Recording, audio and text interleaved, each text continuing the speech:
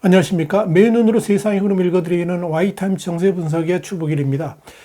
우크라이나 전쟁으로 극심한 무기 부족을 겪고 있는 러시아군이 급기야 이제 북한으로부터 탄약이나 포탄 등을 구매를 하고 있지만 이건 아주 어리석은 선택이 될 것이다. 이런 평가가 나왔습니다.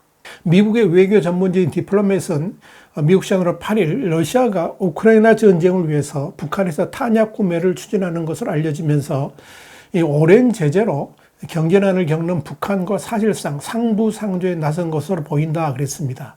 이 무기 거래가 성사되더라도 우크라이나 전쟁에서 북한산 포탄과 로켓 등이 얼마나 위력을 발휘할 수 있을지는 의문이다. 이렇게 보도를 했습니다.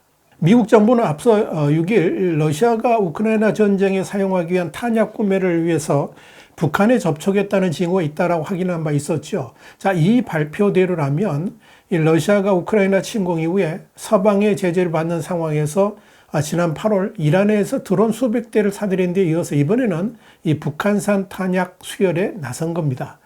물론 러시아는 이 보도를 가짜뉴스라고 반박했습니다만 그럼에도 미 당국은 탄약을 시작으로 해가지고 앞으로 이 북한산 무기를 더 사들일 가능성이 있다. 이렇게 보고 있습니다.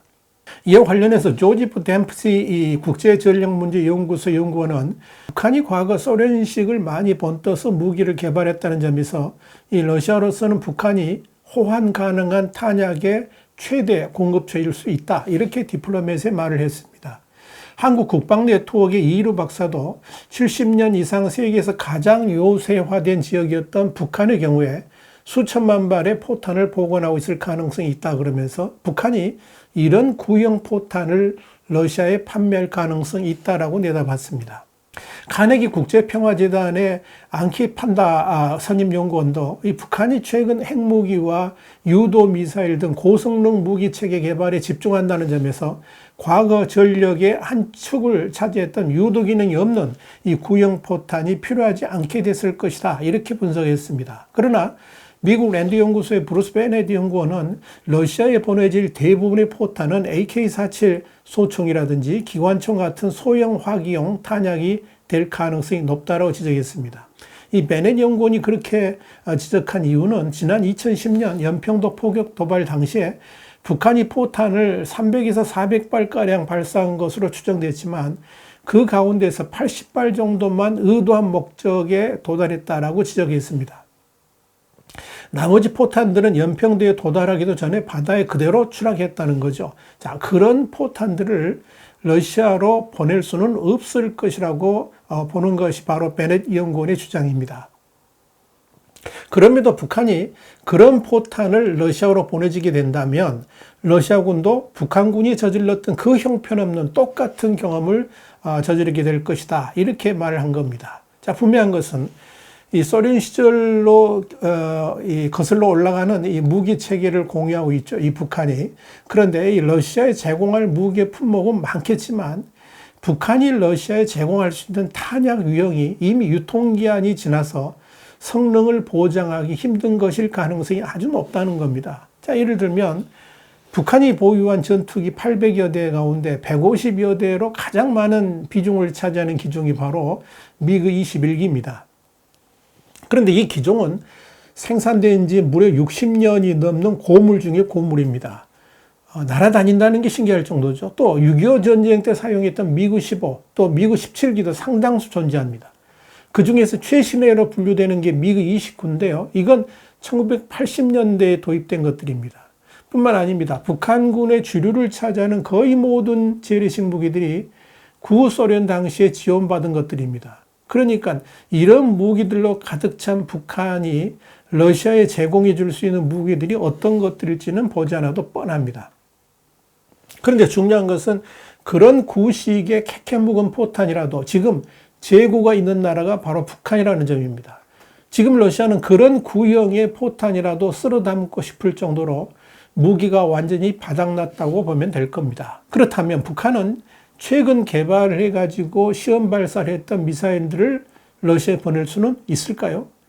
여기에 대해서 디플로맷은 북한이 이른바 북한판 이스칸데르를 포함해서 북한이 핵탄두 탑재까지 가능한 최신 탄도미사일을 개발하긴 했지만 최근 개발된 무기는 러시아 미사일 등과 크기가 달라서 러시아 미사일 발사대에 장착할 수는 없다라고 주장했습니다.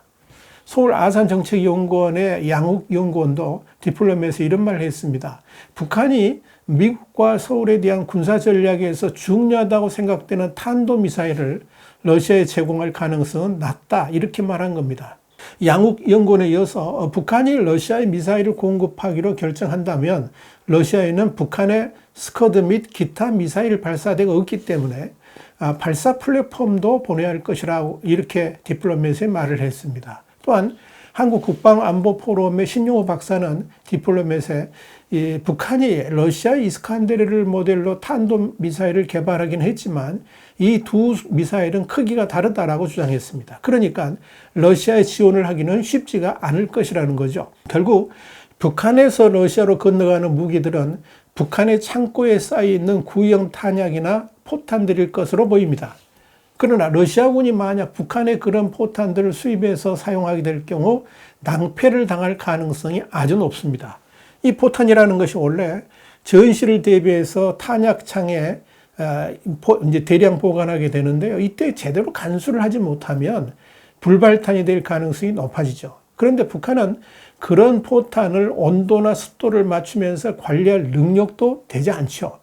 여기에 포탄 재생 작업은 아예 상상도 못하죠. 불가능합니다. 자, 그런 포탄들이 러시아로 건너가 가지고 전쟁이 세진다면 이같이 어리석은 선택은 없을 것이다. 그렇게 말들을 하는 겁니다. 그럼에도 그런 포탄들이라도 러시아가 가져가길 원한다면 러시아는 또 한 번 세계 웃음거리로 전락하게 될지도 모릅니다. 여러분, 그렇다면 러시아의 포탄들을 지원하게 되는 북한이 러시아로부터 얻기를 원하는 건 뭘까요? 디플로마에서는 일단 북한이 이 러시아로부터 식량과 연료 등을 원할 가능성이 높다라고 지적했습니다. 아울러 북한이 추가 핵실험을 할 것이라는 관측이 나오는 상황에서 핵무기를 포함해서 러시아에서 무기 관련 기술을 이전받기를 바랄 수도 있다라고 덧붙였습니다. 북한으로서는 일종의 현금 지원을 받거나 또는 앞으로 추가적인 제재가 부과되지 않도록 유엔 안전보장이사회 상임이사국인 러시아의 관대함을 바랄 여지도 있다 하는 관측도 있습니다. 일단 북한과 러시아는 코로나로 중단되었던 양국 간의 철도 화물 운송을 이달 중 재개하기로 합의했습니다. 러시아 주재 북한 대사가 8일 밝힌 내용이 그렇습니다. 아마도 이 열차를 통해서 북한과 러시아 간의 물자 교류가 진행될 것으로 보입니다. 어쩌면 이 북한과 러시아 간의 포탄 거래를 통해서 우리는 또다시 바보들의 행진을 목도하게 될지도 모르겠습니다. 세계 제2의 군사대국이라고 그러던 러시아의 실체는 물론이고 허울 좋은 뻥쟁이 북한의 현실마저 고스란히 공개되는 날이 곧 올 수도 있다 하는 이야기입니다. 와이타임 정세 분석이었습니다. 다음 시간에 더 핫한 이슈로 여러분을 찾아뵙겠습니다. 감사합니다.